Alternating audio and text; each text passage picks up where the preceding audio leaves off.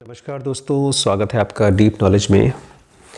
आज तकरीबन 8-10 लोगों से मेरी बात हुई, जिसमें से ज़्यादातर लोगों ने मुझे कहा कि आज उनकी लाइफ का सबसे बुरा दिन है। They had the worst day of their life. मेरे साथ भी ऐसे ही हुआ था। वर्स्ट मतलब आपके साथ जो भी हुआ है, पहले बुरा से बुरा, उससे भी बुरा, आपने जो कुछ भी इमेजिन किया है, उस इमेजिनेशन को भी शॉक करने वाला कुछ वर्स्ट डे मेरी लाइफ में कब हुआ था। मुझे याद है, उस समय मैं फरीदाबाद के एक स्कूल में बच्चों को पढ़ा रहा था और अजीबोगरीब क्लास चल रही थी। मेरा दिमाग ख़राब था, ठीक से मैं पढ़ा नहीं पा रहा था। इलेक्ट्रिसिटी नहीं थी, पानी नहीं था, नहा धो नहीं पाए थे हम लोग, खाना भी नहीं खाया था उस दिन। तकरीबन दोपहर के 2 बजे थे और तब तक से फ़ोन आया, घर से फ़ोन आया कि एक बहुत बड़ा एक्सीडेंट हो गया है, इतना बड़ा जो हम कभी इमेजिन नहीं कर सकते थे। तो मेरे लिए वो वर्स्ट डे था। लेकिन आज मैं उस लाइफ को देखता हूँ तो वर्स्ट डे किसी एक नई जर्नी की शुरुआत थी। ये मुझे उस दिन नहीं पता था। उस दिन तो मैं अपनी लाइफ की सबसे नीचे की तल होती, सबसे लोएस्ट लेवल, उसमें मैं गिर चुका था। दिमाग सोच नहीं पा रहा था, क्योंकि एक बहुत बड़ी बुरी खबर मुझे मिली थी, जो मुझे एक ऐसे इंसान को देनी थी जिसको मैं बहुत प्यार करता हूँ। और वो खबर उसको बताऊँगा तो वो कितना शॉक्ड हो जाएगा, और फिर मैं उसको कैसे कंट्रोल करूँगा। और ख़ुद मैं भी बहुत परेशान था। खैर, वो तो घटना घट चुकी थी, बहुत ही बुरी घटना हो चुकी थी, मैंने डिस्कस किया है बहुत सी वीडियोज़ में। लेकिन जो वर्स्ट डे होता है वो बहुत स्पेशल डे भी होता है, क्योंकि इस दुनिया में अगर कोई भगवान है तो इस दुनिया को वो 24 घंटे पेंट कर रहा है, एक पेंटर जैसे पेंट करता है। या अगर वो म्यूज़िशियन है तो गाने गा रहा है इस दुनिया में, तो कहीं काले रंग का पेंट यूज़ करता है, कहीं सफ़ेद, कहीं लाल, कहीं पीला। तो जिसको हम लोग बोलते हैं वर्स्ट डे, वो ईश्वर के हाथों का एक रंग है, तो शायद वो काला हो, बट भगवान के लिए कोई काला, कोई सफ़ेद, कोई पीला अलग नहीं होता, सब एक समान होता है।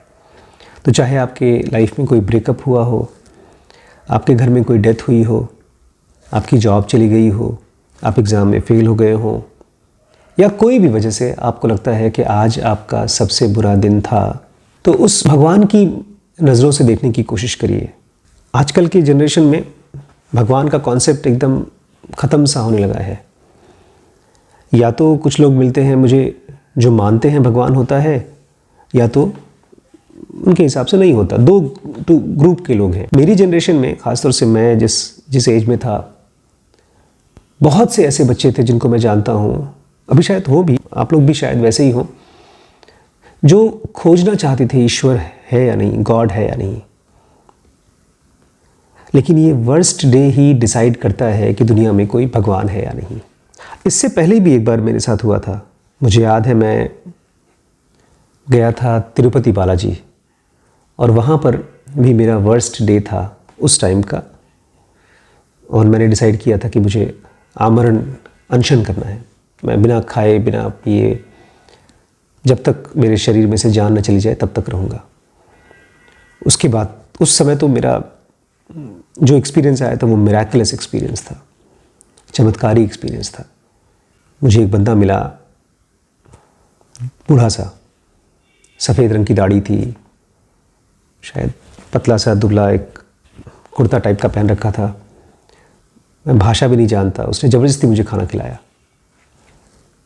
और उस खाने के बाद फिर कभी मुझे डिप्रेशन नहीं आया, क्योंकि जब आदमी मरने की सोचता है तो डिप्रेशन में होता है। खैर, जो वर्स्ट डे होता है उसके बारे में ज़नोगा क्या कहती है, मैं चाहता हूँ उसको आप थोड़ा समझें।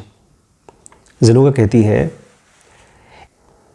हर इंसान की ज़िंदगी में, हर एक इंसान की ज़िंदगी में, चाहे वो दुनिया के सबसे बड़े राजा हों, राष्ट्रपति हों, या गरीब से गरीब इंसान है, उसकी ज़िंदगी में एक ऐसा दिन आता है, एक ऐसा मोमेंट आता है जब वो अपने आप को एक थ्रेशोल्ड पे पाता है। थ्रेशोल्ड क्या होता है? थ्रेशोल्ड होता है एक एज, दो दुनिया के बीच की जगह। जैसे पानी और मिट्टी, ज़मीन के बीच की जगह को थ्रेशोल्ड बोलते हैं।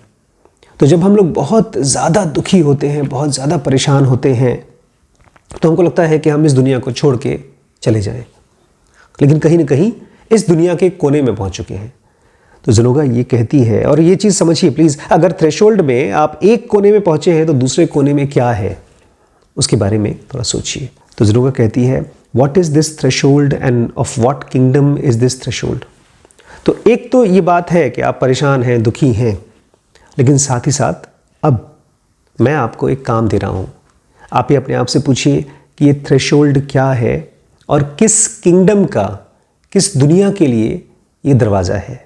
हर इंसान की ज़िंदगी में एक ऐसा मोमेंट आता है जब बिना बताए, बिना कुछ खबर दिए ज़िंदगी के प्रति हमारी सारी की सारी जेस्ट, सारी की सारी खुशी, सारी की सारी उमंग, सब डिज़ायर जीने की, सब ख़त्म हो जाती है।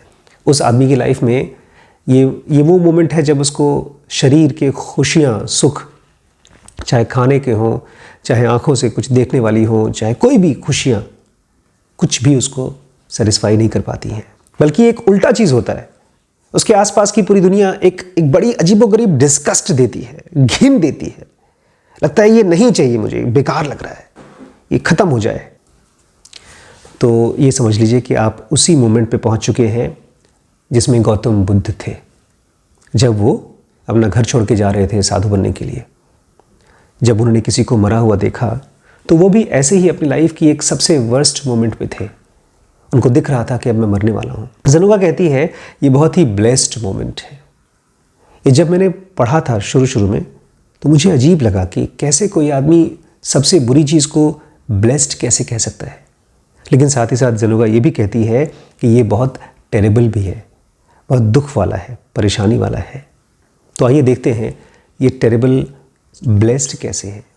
ये जो मोमेंट है इसमें बहुत से लोग तो कोशिश कर कर के पहुँचते हैं। जी हाँ, बहुत से ऐसे लोग हैं जो रुपया पैसा कमा लेते हैं, लेकिन उनको लगता है कि नहीं, हमको भगवान को जानना है, ईश्वर को जानना है, तो मेहनत करते हैं दुख को खोजने के लिए। अभी हमारे पास ज़नोगा में बहुत से ऐसे स्टूडेंट्स हैं जो बोलते हैं बुद्ध को वो दुख कौन सा हुआ था, नानक को कौन सा दुख हुआ था, मुझे वही दुख एक्सपीरियंस करना है ताकि मैं अपने आप को मुक्त कर सकूं। मैं क्यों इस दुनिया में अभी भी इस संसार में फंसा हूं, क्यों मुझे शरीर के प्लेजर्स बांधते हैं, क्यों मुझे खाने की, सेक्स की, नाम की, ताकत की आदत पड़ी है। मैं चाहता हूँ सब खत्म हो जाए। तो बहुत से लोग हैं जो मेहनत करके इस टेरेबल मोमेंट पर पहुँचना चाहते हैं, लेकिन हम ही में से बहुत से ऐसे लोग हैं जो बिना चाहे अपने आप गलती से दुख के उस सीमा पर पहुँच गए हैं जो शायद ब्लेस्ड है। तो जिस चीज़ को आप वर्स्ट मान रहे हैं उस चीज़ को किसी ने मेहनत करके कमाने की कोशिश कर रहा है। ये खास मोमेंट क्यों है? अगर इस मोमेंट पे, worst moment of your life पे, अगर आप डिप्रेशन में न जाएं तो ये आपको एक नई दिशा में ले जा सकता है। उसको ज़नोगा कहती है क्रिटिकल सर्टेन स्टेज। कहती है क्रिटिकल, खास, सर्टेन स्टेज, आपके माइंड का, मैच्योरिटी का, आपकी लाइफ का एक बहुत ख़ास स्टेज। कहा जाए तो आप स्पिरिचुअली पहले बच्चे थे और अब एक नई प्रौढ़ता आई है, एक नई एडल्टपन आया है, स्पिरिचुअली आप एडल्ट हो रहे हैं। ये वो स्टेज है, लेकिन इसमें आपको ध्यान देना पड़ेगा, आप वापस बच्चे न बन जाएं। आपको डिप्रेशन में नहीं जाना है। आपका माइंड कहेगा ख़त्म हो जाऊं, मर जाऊं, और बहुत से लोग हुए भी हैं। बहुत से बड़े बड़े फिलोसोफर्स ने सुसाइड किया है, बहुत से बड़े बड़े साइंटिस्ट्स ने, साइकोलॉजिस्ट्स ने, क्योंकि जब दिमाग कुछ सोच नहीं पाता, इस दुनिया की सारी खुशियां उसके लिए ख़त्म हो जाती हैं, तब मरने का मन करता है। लेकिन ऐसी कंडीशंस में जहां एक तरफ आदमी सुसाइड करता है, दूसरी तरफ एक स्पिरिचुअल आदमी बोलता है नहीं, मैं सुसाइड तो करूँगा लेकिन असली सुसाइड करूँगा। ये जो शरीर को मरना होता है वो नकली सुसाइड होता है। आपको पता नहीं है, लेकिन फिर से पैदा होते हैं आप, क्योंकि अंदर अंदर आप अभी भी इस दुनिया को हेट कर रहे हैं। हेट कर रहे हैं मतलब आप लाइक करना चाहते हैं। एक आदमी जो बुद्ध की तरह होता है वो बोलता है अगर ये दुनिया वर्स्ट है, जिस तरह से मैं ज़िंदगी जी रहा हूँ आज, तो दुनिया ख़त्म क्यों नहीं हो जाती? मैं इस दुनिया को जीना नहीं चाहता हूँ। तो वो मोमेंट क्रिटिकल सर्टेन स्टेज का मोमेंट है, वो आपको स्पिरिचुअल एवोल्यूशन का मोमेंट है, और उसको बोलते हैं क्रिटिकल सर्टेन स्टेज। वो आपका हो सकता है। तो एक तरफ एक फिलोसोफर करता है सुसाइड और दूसरी तरफ बुद्ध इस दुनिया को ख़त्म कर देता है। बुद्ध मरते नहीं हैं, बुद्ध के लिए दुनिया ख़त्म हो जाती है, वो इसके बियॉन्ड चले जाते हैं। अब थोड़ी सी एक बात मैं चाहता हूँ यहाँ से, मैं स्पिरिचुअल प्रैक्टिसेस के बारे में बात करना चाहता हूँ, क्योंकि जब आप बहुत दुखी होते हैं ना, तो कुछ करने का मन नहीं करता, शरीर को सोने का मन नहीं करता, खाने का मन नहीं करता, कुछ भी करने का मन नहीं करता। और आज ही हम लोग ज़ेनोगा एडवांस में पढ़ रहे थे किस तरह से हमारे दुख, पतंजलि योग सूत्र में हमने पढ़ा, हमारे दुख का कारण हमारे लोअर साइकिक नेचर की प्रॉब्लम है। लोअर साइकिक नेचर मतलब हमारे इमोशंस की इमेच्योरिटी।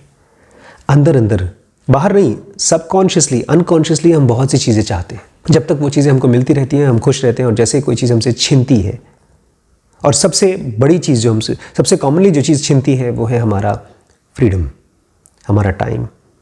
एक बच्चा या एक वयस्क अपनी टाइम के साथ जो कुछ करना चाहता है वो करता है, लेकिन जब वो चीज़ छिन जाती है, आप अपने बॉयफ्रेंड के साथ थे, अपनी वाइफ के साथ, हस्बैंड के साथ आप खुश थे, लेकिन अगर वो चीज़ छिन गई किसी वजह से, चाहे ब्रेकअप की वजह से, चाहे डेथ की वजह से, तो ऐसा लगता है जैसे मेरी फ्रीडम छीन ली गई है। लेकिन उसके साथ साथ आपकी फ्रीडम नहीं ख़त्म होती, आपकी एक बहुत ख़तरनाक चीज़ जो बड़ी मासूम सी दिखती है वो भी ख़त्म होती है, और वो है आपका रूटीन, आपकी लाइफ का रिदम। देखा नहीं है बुद्ध जैसे लोगों की लाइफ कैसे चलती है, एकदम घड़ी की तरह। मैंने पढ़ा था, आपने भी हमारे साथ शायद पढ़ा हो ज़ेनोगा एडवांस में, किस तरह से रमण की और कृष्णमूर्ति की लाइफ ऐसा लगता है जैसे सूरज की तरह है। रोज़ सुबह सुबह उठ जाते हैं और रात को ढल जाते हैं। हर चीज़ घड़ी की सुई की तरह टिक टिक चलती रहती है। अगर हम और आप उनकी लाइफ को देखें तो बड़ा बोरिंग सा लगेगा, लेकिन इन लोगों ने क्या चीज़ खोजा है जो हम खो देते हैं। जब हम बहुत ज़्यादा दुखी होते हैं तो हमारी रूटीन, हमारी लाइफ का रिदम ख़त्म हो जाता है, और इन लोगों ने इस रूटीन को डिस्कवर किया है। एक ज़ेन मॉन्क थे, एक ज़ेन साधु थे, उनसे किसी ने पूछा कि एनलाइटमेंट के पहले और एनलाइटमेंट के बाद क्या होता है। तो पुरानी कहानी है, बोलते हैं एनलाइटमेंट के पहले मैं लकड़ी काटता था और कुएं में से पानी भरता था, और एनलाइटमेंट के बाद लकड़ी काटता हूँ और कुएं में से पानी भरता हूँ। ये सुनने में बड़ा अजीब लगता है, लेकिन है नहीं। हमारी कंडीशन ये है कि हम जब कुएं से पानी निकालते हैं, मतलब जब हम अपनी नॉर्मल रूटीन लाइफ जीते हैं, तो हम बोर होते हैं, हम डिसकनेक्टेड होते हैं, हम फ्रस्ट्रेटेड होते हैं।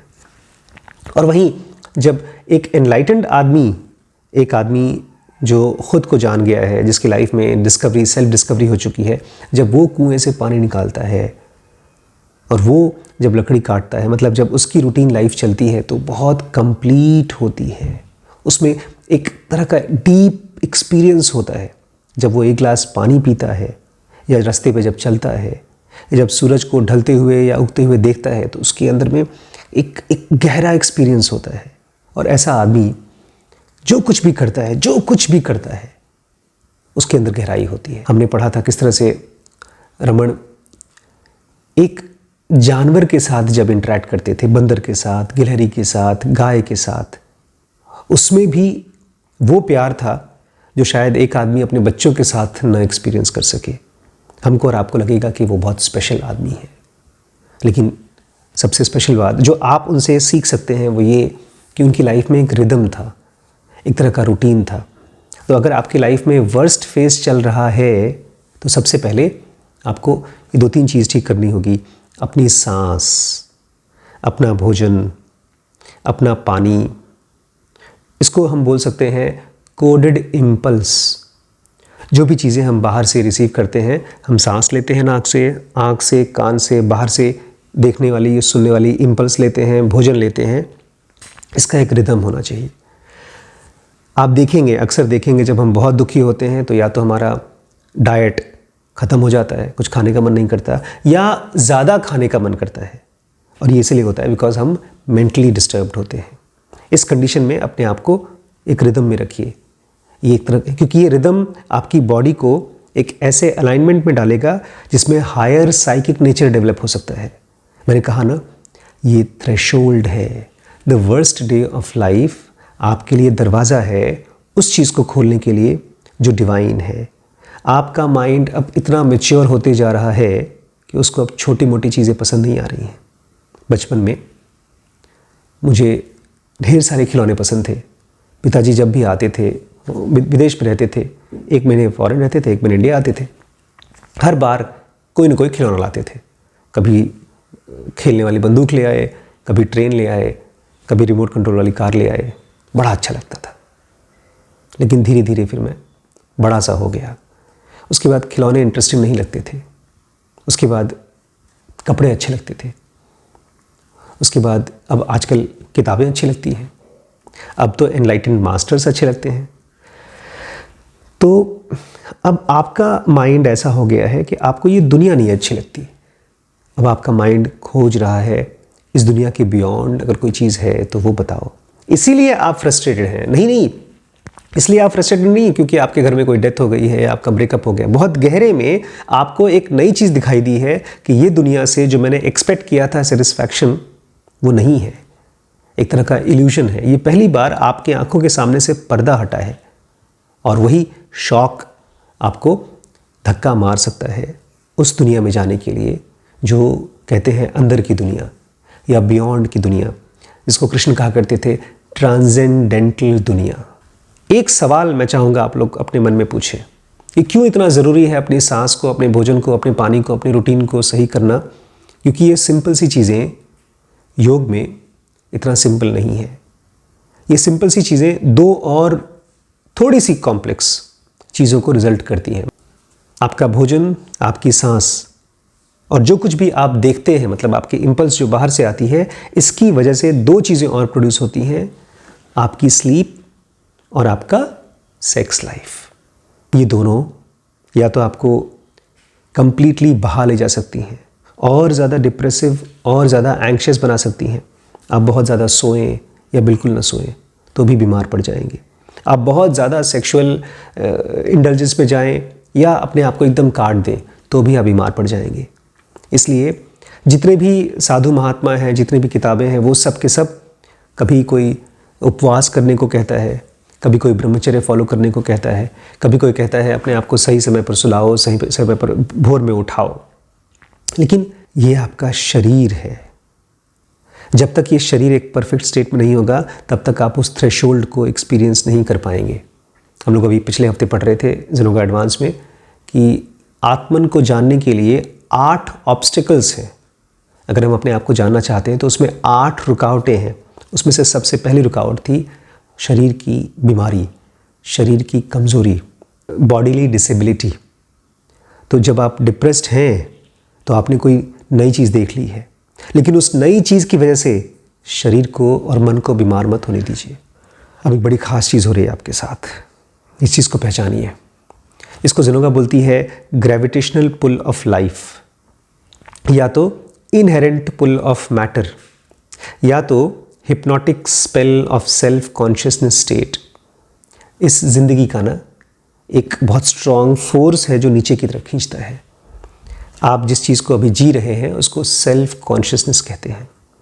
जानवरों में नहीं होता और एनलाइटेंड मास्टर्स में भी नहीं होता। एनलाइटेंड मास्टर्स के पास जो कॉन्शियसनेस होती है उसको हम डिवाइन कॉन्शियसनेस या तो कॉस्मिक कॉन्शियसनेस कहते हैं। जानवरों में सेल्फ का कॉन्शियसनेस होता नहीं कि केवल हमारे पास होता है। हम कहते हैं मेरा घर, मेरा बेटा, मेरा नाम, मेरी प्रॉब्लम, जो मैं होता है, ये सेल्फ कॉन्शियसनेस होता है और इसी को हम ईगो भी कहते हैं।